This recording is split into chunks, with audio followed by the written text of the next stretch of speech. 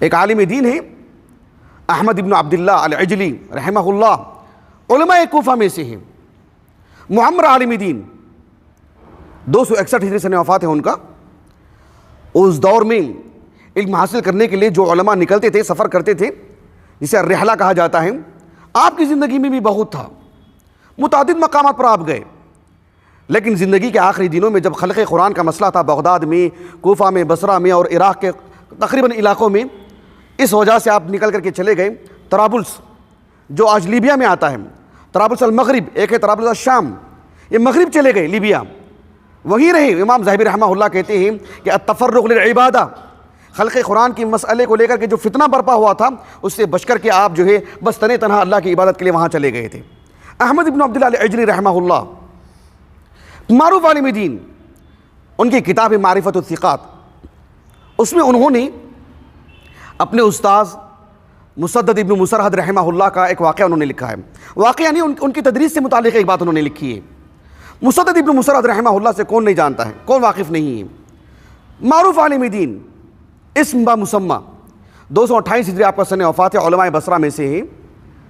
مسدد رحمہ اللہ سے متعلق آپ نے لکھا کہ میں علم حاصل کرنے کے لیے، وہ کوفہ کے تھے، وہ علم حاصل کرنے کے لیے میں بصرہ گیا، کہا کہ جو کان مسدد یملی علیہ، کہ مسدد رحمہ اللہ مجھے املا کرواتے تھے، احادیث املا کرواتے تھے، حتی اضجر، کہتے ہیں کہ یہاں تک کہ میرا دل تنگ ہو جاتا، میرا دل تنگ ہو جاتا کہ اتنی حدیثیں مجھے لکھوا رہے ہیں، اور جب میں تھک جاتا، میرا دل تنگ ہو جاتا اور تھوڑی سی بے قراری میری طبیعت میں ہوتی، تو اس کے بعد مسدد رحمہ اللہ کہتے کہ یا ابو الحسن، ابو الحسن ان کی کنیت تھی احمد بن عبداللہ العجلی کی، کہا کہ یا ابو الحسن اکتب ھذا الحدیث، کہتے کہ ابو الحسن بس یہ حدیث لکھ لیجئے، آپ یہ حدیث لکھ لیجئے۔ فکان یملی بعد ضجری 50 او 60 حدیثا، میرے اس بے قراری کو دیکھ کر کے کہ طالب علم بے قرار ہو چکا ہے، تنگ دل ہو چکا ہے، ابھی لکھ نہیں پائے گا، تو اس کے بعد تقریباً 50-60 حدیثیں اور بھی لکھا دیتے مجھے۔ اچھا، اب یہ کوفہ بصرہ گئے تھے پڑھنے کے لیے مسدد رحمہ اللہ کے پاس اور دیگر اصحاب علم کے پاس، کہتے ہیں کہ میں چلا گیا، میں کوفہ چلا گیا، فاتیتہ فی رحلتی الثانیہ، میں دوسری مرتبہ جب کوفہ آیا تو کیا دیکھتا ہوں، فاصبت علیہ زحاما کثیرا، اب میرا معاملہ ایسا تھا کہ میں بیٹھنا چاہتا ہوں ہمارے استاذ کے قریب مسدد رحمہ اللہ کے پاس، لیکن جو ہے مطلب جمع غفیر، اب تو مجلس بھری پڑی ہے، میں تنہا تھا، میں سامنے بیٹھا تھا اور میں آپ سے پڑھ رہا تھا، میں امام مسدد، اب میں کیسے مثال دوں آپ کو، جیسے میں سمجھانے کے لیے اگر بتاؤں اس مجلس کو جو چھوٹی کلاسوں کے ہیں، جیسے شیخ البانی، شیخ ابن عثیمین، شیخ ابن باز، اگر آپ سمجھنا چاہیں اس دور کے اعتبار سے ان کے پاس پڑھنا اور بالکل تنہا ہو مجلس، ہم ہوں اور وہ ہوں، کتنی سعادت کی بات ہوگی، کتنے اعزاز کی بات ہوگی، یہ کتنی بڑی خوش قسمتی کی بات ہے۔ ایسے میں احمد بن عبداللہ العجلی رحمہ اللہ کہتے ہیں کہ میں تھا اور وہ تھے، اور مجھے وہ لکھاتے تھے، وہ میری تنگ دلی کے باعث آپ نے ترک کیا، لیکن جب دوبارہ میں آپ سے پڑھنے کے لیے آیا، یقیناً ایک عرصے کے بعد آئے ہوں گے، آج کی طرح تو نہیں کہ گئے اور آ گئے، مشقت والا معاملہ ہے، جب دوبارہ آئے تو عمر بھی بڑی ہوگی، عقل بھی پختی ہوئی ہوگی، تجربہ بھی رہا ہوگا، احساس اور جو ہے مطلب تمنا بھی زیادہ رہی ہوگی، شوق بھی بہت رہا ہوگا، ان سب کے باوجود وہ مجلس نہیں مل پائی آپ کو۔ کہتے ہیں کہ جو ہے اب جمع غفیر، اب انہوں نے کہا کہ جو ہے لقد اخذت بحظ منک، جو کچھ مجھے آپ سے لینا تھا میں نے پہلے ہی لے لیا، اب کیا لینا ہے مجھے، کیا مطلب ہے اس کا، یعنی ندامت کا اظہار کیا آپ نے، حسرت اور افسوس والا معاملہ رہا۔ کیا معنی ہے حسرت کے عربی زبان میں؟ ابن فارس کہتے ہیں رحمہ اللہ کہ حسرہ کا معنی آتا ہے کشف الشیء، بس کسی چیز کا کھل جانا، لیکن جب الحسرہ اس باب سے جب آتا ہے افسوس کے معنی میں، ابن فارس کہتے ہیں رحمہ اللہ التلہف عن الشیء الفائت، کوئی چیز انسان کی زندگی میں ایک موقع تھا، اس موقع کا فائدہ اٹھاتا تو وہ بہت آگے نکل جاتا، لیکن اس نے وہ غافل رہا، وہ اس موقع کو چھوڑ دیا اس نے، تو اس پر افسوس کرنا، واویلا کرنا، اس پر تنگ دلی کا مظاہرہ کرنا، جس کا کوئی حاصل نہیں، کوئی چیز ملتی تو نہیں اس کو۔ احمد ابن عبداللہ العجلی رحمہ اللہ کے اس واقعے سے کیا بات ملتی ہے ہم کو، یعنی اگر ہم نے اس لاک ڈاؤن کے مرحلے میں حقیقت میں ہم نے افسوس کیا ہے تو وہ افسوس اس میں ہم مخلص رہنا چاہیے، سچے ہوں ہم، اب آنے والی زندگی میں ہم فائدہ اٹھائیں۔ ہم نے کتنے ایسے لوگوں کو دیکھتے ہیں جن کا علماء سے ایک طرح سے تعلق رہتا ہے. میں یہاں کی بات نہیں کر رہا ہوں, میں ہر جگہ کی بات, معاشرتی زندگی کی بات کر رہا ہوں.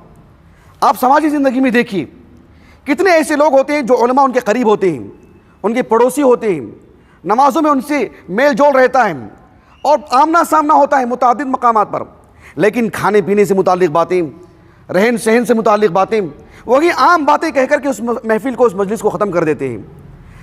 ان سے استفادہ نہیں کرتے ہیں, ان سے پڑھنا مقصود نہیں ہوتا ہے, لیکن جب دل میں خیال آتا ہے تو وہ ان کا فون نہیں اٹھاتے ہیں, ان کے میسج کا جواب نہیں دیتے ہیں. ایک عالم دین کی بات کر رہا ہوں, کیوں؟ کل فراغ تھا, آج مشغولیت آ چکی ہے. بات لاپرواہی کی نہیں, کل فراغ تھا, آپ نے خیریت معلوم کر کے چھوڑ دیا ان کو. اگر آپ پڑھ لیے ہوتے, ان سے استفادہ کر لیے ہوتے تو یہ افسوس والی بات نہ ہوتی. علماء کے جنازے اٹھ جاتے ہیں, علماء کا انتقال ہو جاتا ہے. کیا فائدہ ہے پھر ان کی صحبت میں رہ کر کے, ان کے قریب رہ کر کے, کہ آپ ان سے استفادہ نہ کریں, ان سے نہ پڑھیں.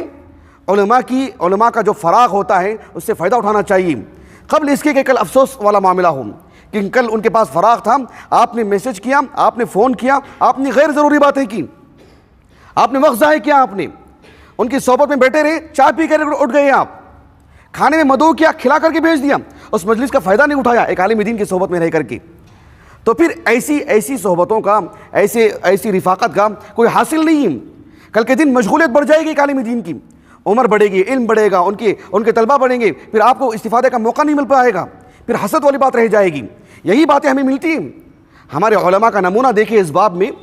آخری بات میرے اس خطبے سے متعلق, ایک عالم دین ہے عروہ بن زبیر بن عوام رضی اللہ عنہ اجمعین, معروف عالم دین, فقہائے سبعہ میں سے, علماء مدینہ میں سے. 94 ہجری آپ کا سن وفات ہے. عروہ بن زبیر رحمہ اللہ رب العالمین نے آپ کو بہت سارے بڑی اولاد سے نوازا تھا. آپ نے اپنے بچوں کو ہمیشہ نصیحت کیا کرتے تھے. آپ دیکھو تہذیب الکمال فی اسماء الرجال میں واقعہ مذکور ہے کہ عروہ بن زبیر رحمہ اللہ, اس واقعے کے جو حاکی ہیں وہ تو ان کے فرزند ہشام ہیں, ہشام ابن عروہ, لیکن ان کے دیگر اولاد بھی ہیں. سبوں کو بٹھا کر کے آپ نے نصیحت کی کہ آج تم چھوٹے ہیں, کل کے دن بڑے ہو جاؤ گے. صرف بڑے ہونا اصل نہیں ہے. انسان کی زندگی میں ایک سال آئے گا, اس کے کل کے دن بال بھی پک جائیں گے, بڑا بھی ہو جائے گا, بوڑھا بھی ہو جائے گا, تو یہ کوئی کمال کی بات ہے؟ چھوٹے ہوں تو بڑے ہونے کے ساتھ ساتھ علم بھی ان کا بڑھتا رہے, ان کی معلومات بھی بڑھتی رہیں. محض بال سفید ہو جائیں, محض بوڑھے ہو جائیں, تو پھر ایسے شیخ میں, ایسے بڑھاپے میں کوئی خیر نہیں جس میں اللہ رب العالمین کی معرفت نہ ہو, اللہ کے دین کا علم نہ ہو. اس کے بعد عروہ بن زبیر رحمہ اللہ نے کہا کہ مجھ سے, یعنی اپنے بارے میں کہہ رہے ہیں, کہ مجھ سے, آپ کے دیگر اساتذہ سے آپ اتنا استفادہ کریں کہ کل کے دن آپ کو پچھتاوا نہ ہو, آپ کو افسوس نہ ہو. اور اپنا نمونہ پیش کیا انہوں نے, کہ بطور نمونہ اپنی مثال دی. عروہ بن زبیر رحمہ اللہ کے بارے میں ہم جانتے ہیں کہ آپ کے تلامذہ میں جو ایک بڑا نام ملتا ہے وہ ام المؤمنین عائشہ کا رضی اللہ عنہ. ام المؤمنین عائشہ رضی اللہ عنہ آپ کی خالہ بھی ہیں. ام المؤمنین عائشہ رضی اللہ عنہ آپ کی خالہ ہیں, اور آپ کی اس رشتہ داری سے کہیں زیادہ بڑھ کر کے دینی اعتبار سے آپ کی ایک استاذہ ہیں, اسی اعتبار سے شہرت ہوئی ہے. اتنا استفادہ کیا. یعنی خالہ اور بھتیجے کا تعلق کیسے ہوتا ہے؟ صرف عام دنیاوی سماجی زندگی کا ہوتا ہے, کھلانے پلانے کا.